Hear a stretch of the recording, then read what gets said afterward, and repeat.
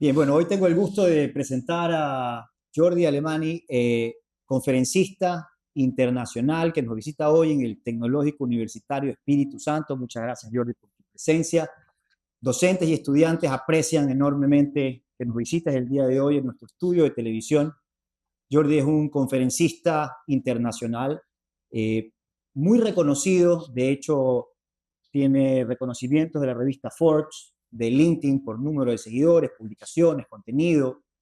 Ha publicado varios libros, del cual vamos a hablar de uno de ellos en especial, el liderazgo imperfecto. Suena raro, suena diferente.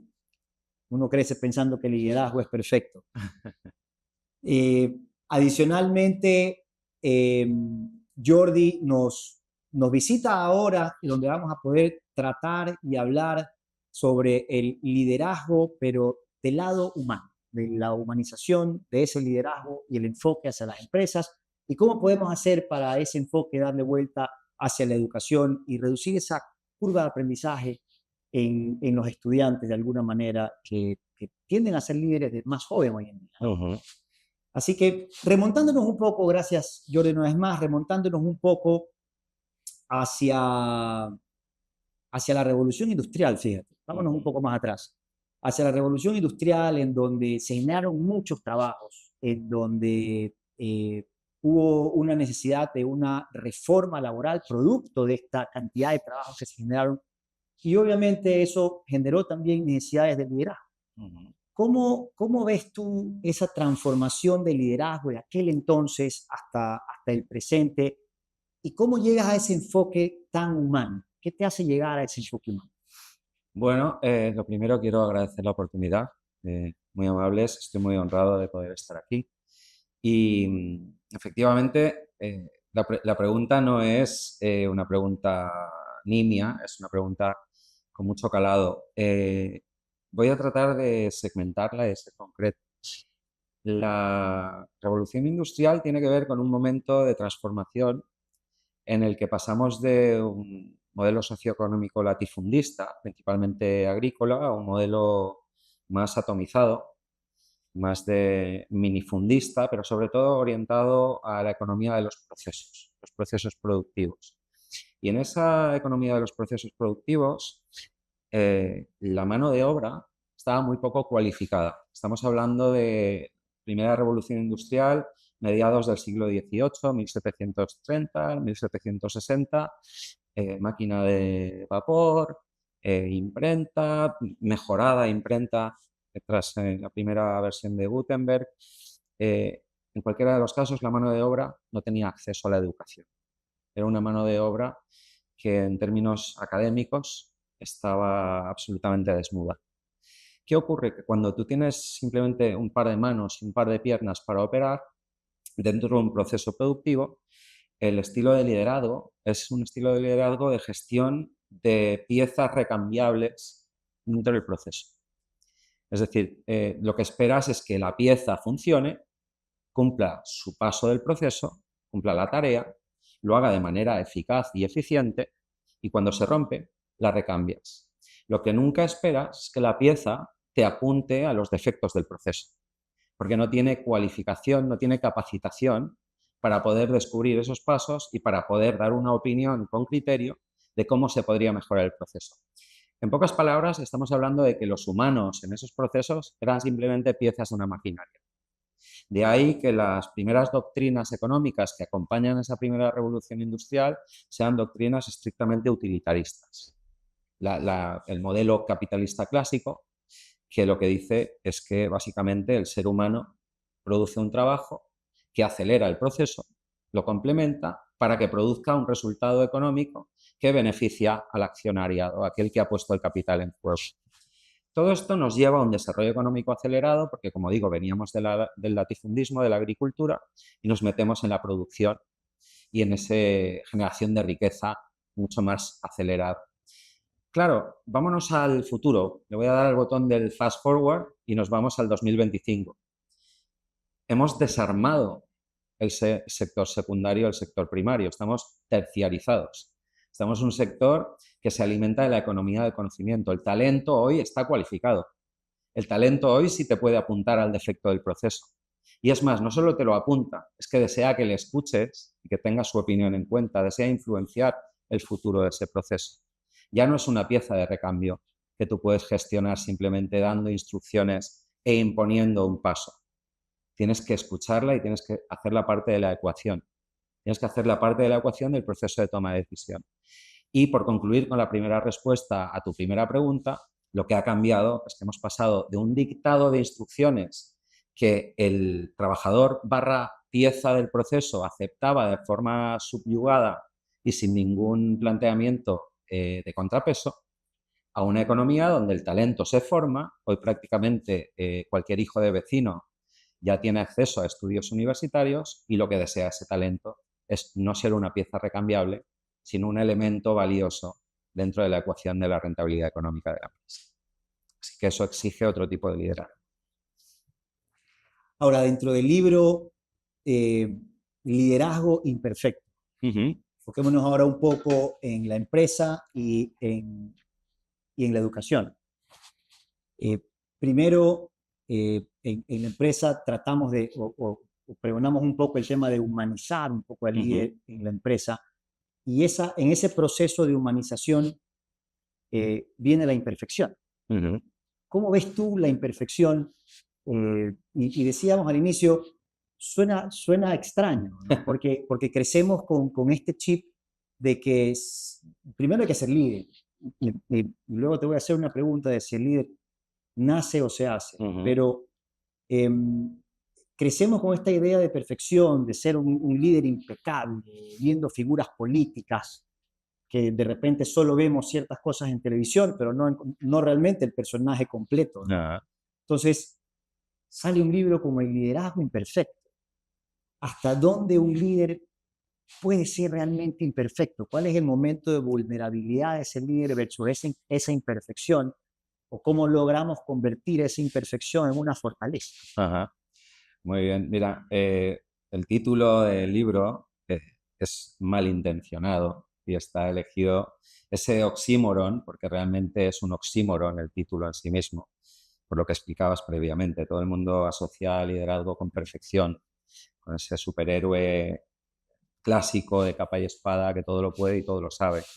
Es porque venimos de una educación, volviendo a hacer referencia al ámbito en el que nos encontramos, una educación que trabaja durante siglos el paradigma de la perfección para poder ser considerado en la sociedad.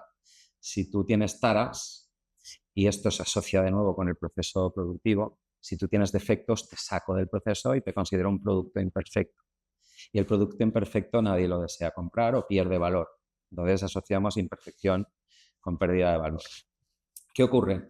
Que esto lo hemos heredado de la época de los griegos y los romanos. Los seres humanos, que tenemos muchos defectos, todos nosotros, porque nacemos imperfectos, necesitamos mirarnos en espejos de dioses, de grandes guerreros, de los Ulises, los Hércules y todos estos personajes clásicos, porque ellos son los que representan lo que desearíamos ser, lo que aspiramos a ser, esa versión mejorada de nosotros mismos. Claro, si tú sigues o tienes fe en un dios o en un líder, modelo héroe, es por unas razones, porque tú sabes que no estás a la altura de esos personajes, por eso te inspira, ¿verdad? Ahora, lo que nos cuesta es entender cuál es el gap entre lo que ese personaje representa en nuestra mente y lo que nosotros actualmente proyectamos al mundo. ¿Qué ocurre? Todos estamos dotados de un sistema muy interesante, que es el sistema de contrapeso, el sistema de ego. Y todos tenemos tres grandes identidades. El niño, pues, caprichoso que deseamos ser, el juez impecable e implacable que nos ha educado en nuestro entorno familiar y académico que debemos ser, pues, figura de perfección, y luego está nuestro yo real, ese que nos asusta ver porque realmente muestra todo aquello que tenemos por mejorar. Liderazgo imperfecto es un producto de años de ejercer el liderazgo en primera persona, como mando intermedio los primeros años y como ejecutivo los últimos de mi carrera corporativa, y llegar al hastío de no reconocerme en aquellas expectativas que mi entorno tenía de mí. No, es que tú tendrías que tener respuesta a esta situación. Bueno, pues no la tengo. Y no tengo respuesta a esta problemática porque es una problemática nueva, es una nueva compendio de complejidades al que no nos habíamos enfrentado.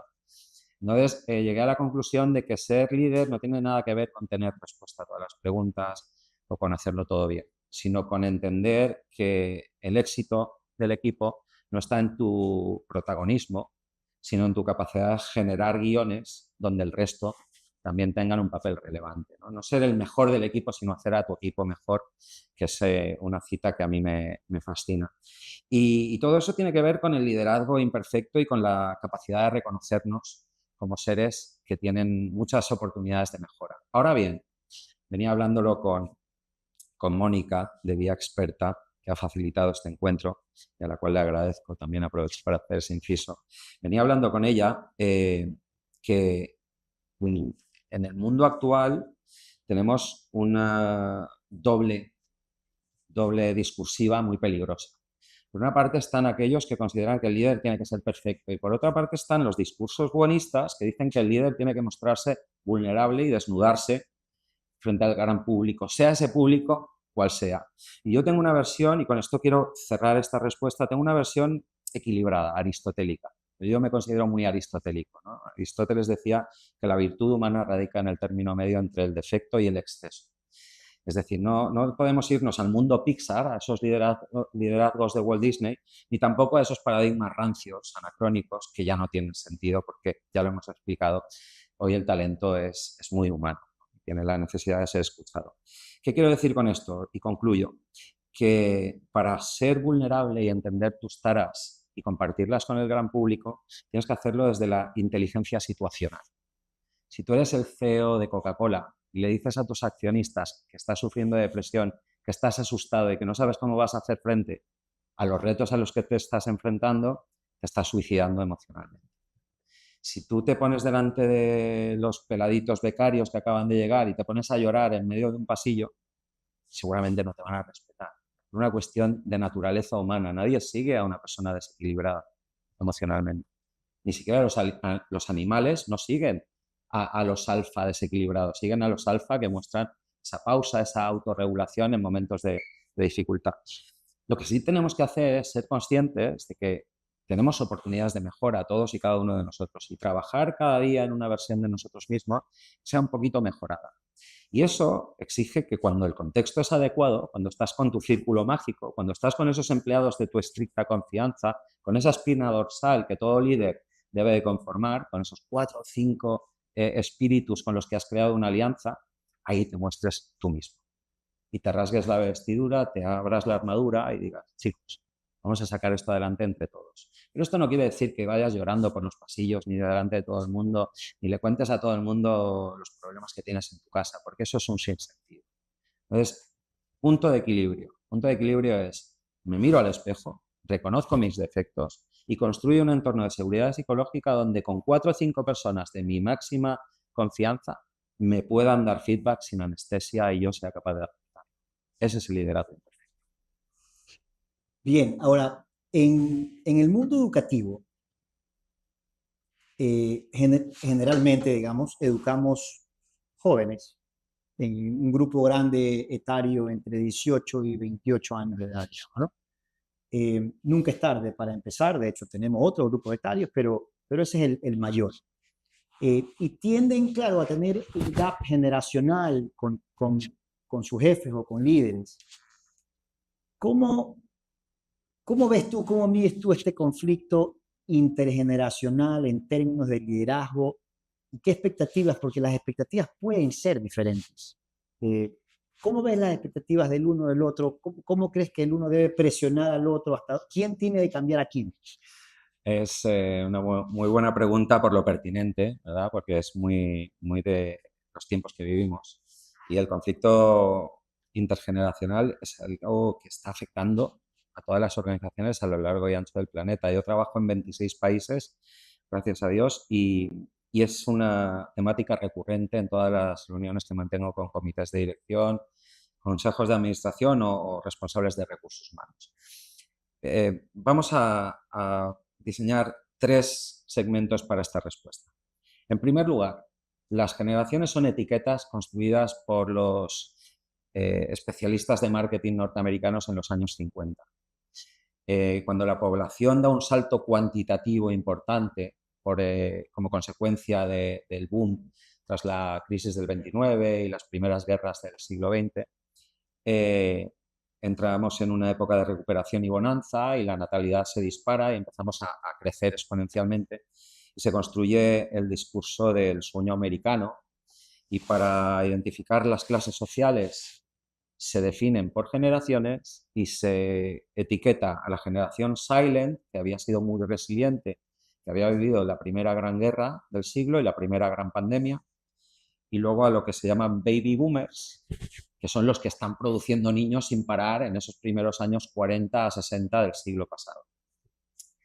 Y los especialistas de marketing se dan cuenta de que esa segmentación es muy útil, porque los gustos y la capacidad y el poder adquisitivo de los silent es muy bajo, pero esos boomers empiezan a tener un poder adquisitivo diferente y la clase media norteamericana que vive el sueño americano que se les está vendiendo para recuperar la ilusión perdida por los grandes conflictos, empieza a gastar y a consumir y a acelerar el consumo interno de una nación como los Estados Unidos. Y eso se exporta, como suele ocurrir con casi todos los conceptos de marketing y estratégicos anglosajones, se exporta al resto del mundo occidental particularmente y lo compramos. Entonces, primera parte de la respuesta, las etiquetas generacionales son un invento del marketing. Dicho esto, vamos al punto 2. No podemos, los seres humanos tenemos que ser mínimamente racionales. Entonces, lo que no podemos es, por culpa de etiquetas, pelearnos. Porque si hay algo que deshace a una sociedad es el estigma y la confrontación polarizada de yo soy blanco, tú eres negro, yo soy rojo, tú eres azul, yo soy cristiano, tú eres musulmán. Todo esto a lo largo de la historia, a poco que nos guste la antropología, la biología y la historia, si rascamos un poco, todas las grandes heridas de la humanidad tienen que ver con estas etiquetas.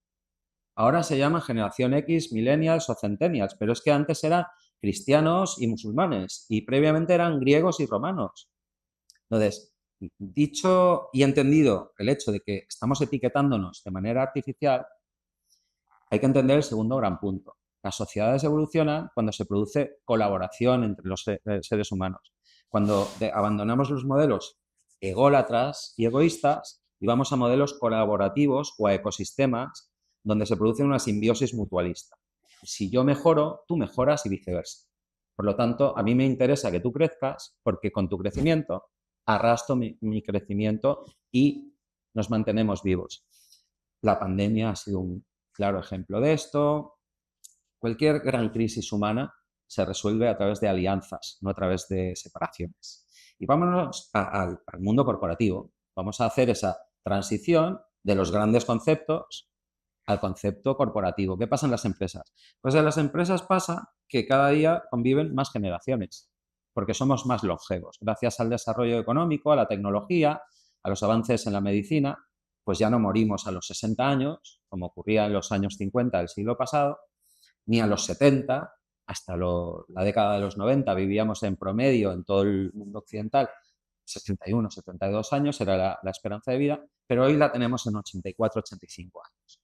Y probablemente, si seguimos avanzando tecnológicamente en el campo de la medicina, vamos a vivir 100, 120 años con relativa facilidad.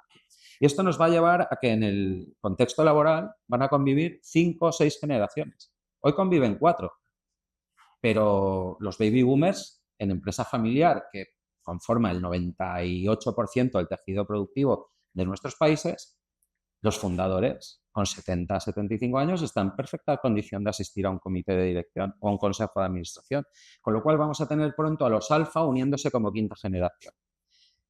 ¿Qué ocurre? Que lo fácil, por desgaste, por frustración, es buscar culpables. Los superhéroes, los líderes superhéroes, que son los modelos de liderazgo heredados que hemos venido manteniendo durante muchos años, siempre para ser héroe necesitan villanos. Y en los baby boomers y los Gen X, que vienen de épocas de mucha necesidad de sacrificio y esfuerzo, y gracias a todas esas generaciones hemos llegado hasta aquí, pues se están encontrando con que, en primer lugar, les estamos destruyendo el mito del líder superhéroe. personajes como yo que hablan de imperfección y vulnerabilidad, están diciendo, me están cambiando, me están moviendo el piso. Pero es que además llegan las nuevas generaciones con unas aspiraciones que en otros momentos parecían utópicas. ¿Quién podía pensar que en una empresa se iba a atender problemas de salud mental? No, esto hace apenas 20 años era un tema tabú. Claro, se produce un choque que lo fácil es resolverlo desde el punto de vista del estigma. Es que tú eres blanco, yo soy negro, tú eres rojo, yo azul, tú eres cristiano, yo musulmán. Pero no tiene nada que ver. Esto no es una cuestión de generaciones, ni de edades, ni de fecha de nacimiento. Esto es una cuestión de evolución. Y lo que tenemos que entender es que el progreso económico y social lleva a mejores aspiraciones. Hoy la gente no se conforma con lo que se conformaba alguien de mi edad en los años 80 o con lo que se conformaba mi padre en los años 50. ¿Por qué? Porque el mundo ha evolucionado. Entonces concluyo. Si somos etiquetas y es artificial y las sociedades se destruyen cuando friccionan y polarizan y avanzan cuando se construyen alianzas, dejemos de ponernos el dedo en la nariz y acusarnos de que unos u otros tienen la culpa y trabajemos en lo que a mí me gusta llamar juntar ganas con ganas. Porque fíjate qué maravillosa simbiosis se produce cuando las ganas de los jóvenes, esa energía, esa ambición, esa voluntad de contar y de aportar, se canaliza con un mentoring, con una guía de alguien senior que ya se ha tropezado, que tiene la hoja de ruta muy trabajada y muy pisoteada y que tiene la generosidad de compartir esa sabiduría con los jóvenes y además energizarse gracias a esa vitamina que lleva el ADN centennial, millennial, etcétera, ¿no? Porque hay que reconocer que tienen muchas ganas. Yo no creo que los jóvenes no tengan compromiso.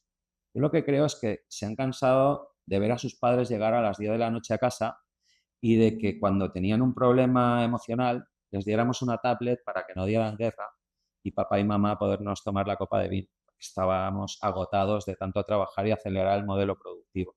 Y no lo veo como algo malo.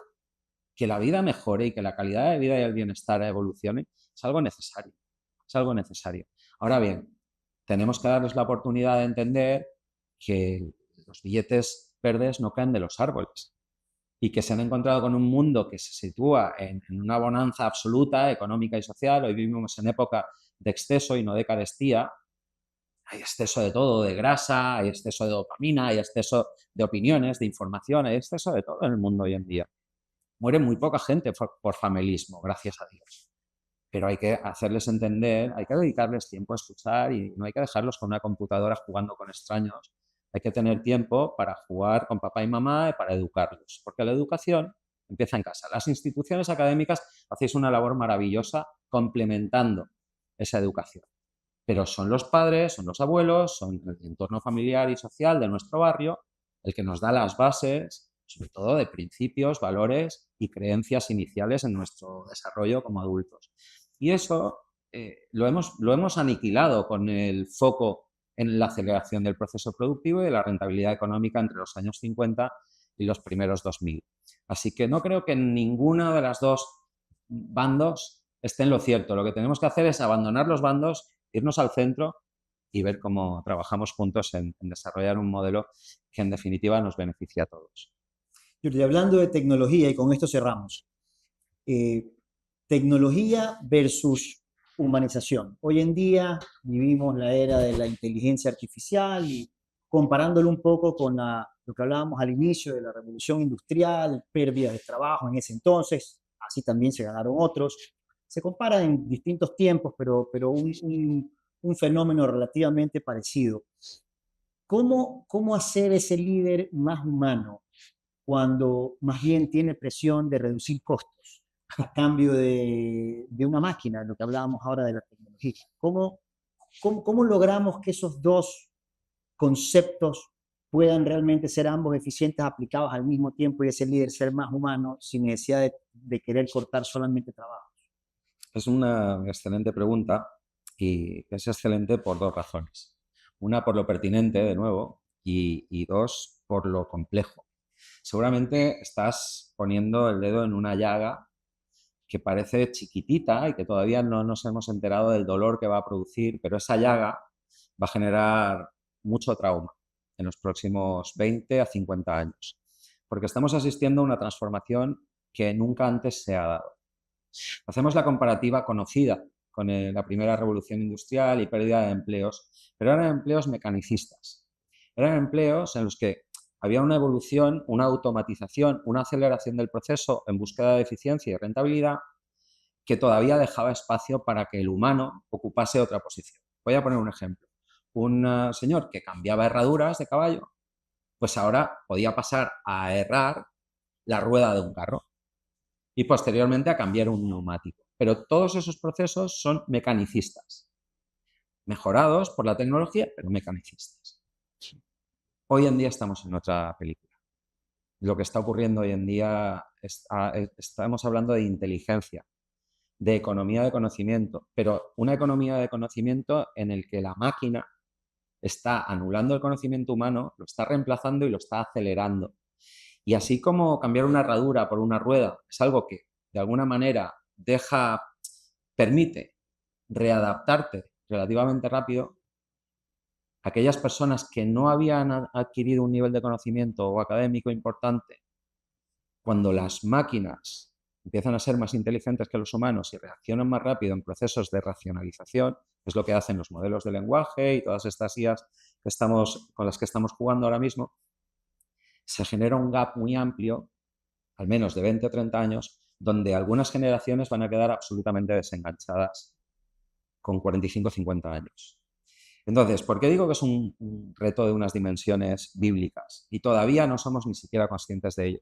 Porque seguramente en los próximos 20 a 25 años vamos a ver incrementar los niveles de desempleo a tasas, a cotas, solo vistas en épocas de grandes conflictos bélicos o de grandes pandemias. Esos porcentajes de desempleo de un 40, 50, 60% del COVID, que fueron temporales porque resolvimos la pandemia muy rápido, se van a volver a replicar seguramente en el próximo lustro o 10 años, porque se van a eliminar una gran cantidad de puestos de trabajo.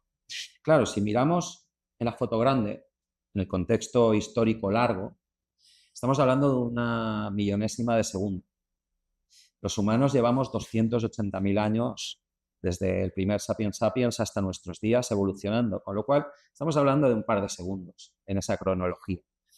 Pero para los que vivimos en el presente, para nuestras generaciones, van a ser 20 o 30 años en la que los gobiernos y las corporaciones van a tener que poner muchas palancas de transformación y pavimentar mucho el piso para que no nos raspemos y nos dejemos la piel en ello. Porque ahora mismo alguien con 50 años que no esté manejando una de las 3.000 IAs que aparecen cada día, que aparecen 3.000 IAs nuevas cada día, ya está desconectado, está desenganchado, ya va a otra velocidad, ya no trabaja al mismo ritmo, ya no puede competir en el mercado laboral. Claro, ¿qué hacemos? ¿Qué modelo socioeconómico sustenta un desempleo de un 30 o un 50% de población activa con 45 años? Este es un reto importante que muchos gobiernos, sobre todo en Europa y en Estados Unidos, están analizando. Y concluyo, creo que vamos a asistir a una transformación del mercado laboral que no somos capaces de visualizar todavía por lo novedoso. Y es que vamos a tener que generar contextos donde el humano agregue valor siendo humano. Fíjate qué interesante esto, donde tú vayas al médico, al ambulatorio, y haya una IA que ya tiene todo tu historial, que si es un triaje sencillo, te lo puede hacer en automático. Y que el doctor quede para cuando el paliativo es tan doloroso que sin un apoyo ético emocional, ese ser humano se muera de pena, no de dolor provocado por un proceso biológico. No sé si me estoy explicando, Sí. pero la excepcionalidad de la ética es donde el humano va a agregar valor. Y para eso hay que elevar el contexto laboral y hoy en día no somos capaces de verlo. Interesante ver esa óptica de cómo el valor se puede agregar desde el ser humano, porque hoy tanto hablamos de la inteligencia artificial que el valor lo percibimos dentro de la inteligencia artificial, pero ese enfoque hacia el humano es muy interesante. Finalmente, Jordi, un mensaje a nuestra comunidad tecnológico Espíritu Santo, inspirador sobre el liderazgo imperfecto a chicos jóvenes, a nuestros docentes que te están escuchando y que van a poder, de hecho, ver en diferentes ocasión. Bueno, voy a hacer de forma muy humilde una referencia cruzada al maestro Xavier Marcet. Xavier Marcet para mí es un referente, algunos lo consideran competidor mío porque él habla de management humanista, yo hablo de liderazgo humanista, management, gestión y liderazgo van muy de la mano porque son elementos, son dos variables de una misma ecuación. Xavier Marcet dice que en el mundo hay negocios y hay empresas. Y tú para montar un negocio lo puedes armar con tecnología, sin personas, armas un negocio. Pero para montar una empresa necesitas personas. Yo a eso, en mi primer libro, en Liderazgo Imperfecto, le añadí algo. Es que tú en una empresa, si retiras las mesas, los archivadores, las computadoras, el software, pero dejas las personas, sigues teniendo una empresa. Ahora, si quitas a las personas y solo dejas archivadores, mesas y computadoras, quizá tienes un negocio que funcione en automático. ¿Qué ocurre? Que si analizamos desde el punto de vista de la antropología corporativa, las empresas que se fundaban antes de los años 70 del siglo pasado, se fundaban con propósito. El propósito del fundador era dejar un futuro labrado para sus hijos y, si era posible, generar empleo digno para sus conciudadanos. La figura del ejecutivo, creada en los Estados Unidos y en Inglaterra en los años 70, ejecutivo, personaje externo que se suma al Consejo de Administración a cambio de un bono suculento, desalmó y deshumanizó todo el mundo corporativo. Yo la invitación que os hago es a que utilicemos la tecnología para generar riqueza social, para generar riqueza y bienestar para todos, no solo para el accionista. Porque mientras la empresa se enfoca exclusivamente en producir productos o servicios atendidos o acelerados con la tecnología, y esos emprendimientos tienen como único objetivo levantar capital y que el emprendedor se retire con 25 años a las Bahamas a rascarse la panza, el mundo no avanza más que en un solo sentido, el del enriquecimiento de unos pocos. Pero el mundo, para que sea un mundo realmente satisfactorio, al menos esta es mi visión, debe generar riqueza para el accionista en primer lugar, pero también para el empleado, para el proveedor, para la sociedad donde esa corporación opera y para el planeta en el que todos vivimos, porque si nos cargamos el planeta no tendremos lugar donde jugar a ser empresarios o emprendedores. Entonces, utilicemos la tecnología para generar riqueza social, que es la riqueza que hace rico al accionista, pero también mejora la vida de las personas. Y esa es mi recomendación. Gracias, muchas gracias. Hemos hablado el día de hoy con Jordi Alemany, conferencista internacional que nos visita hoy en el Tecnológico Espíritu Santo. Gracias. Hemos hablado de liderazgo imperfecto, hemos hablado de humanizar los negocios, de transformación, de tecnología, de generaciones. Así que, Jordi, muchas gracias y ojalá podamos contar contigo en una próxima ocasión. Un placer. Gracias a vosotros. Gracias.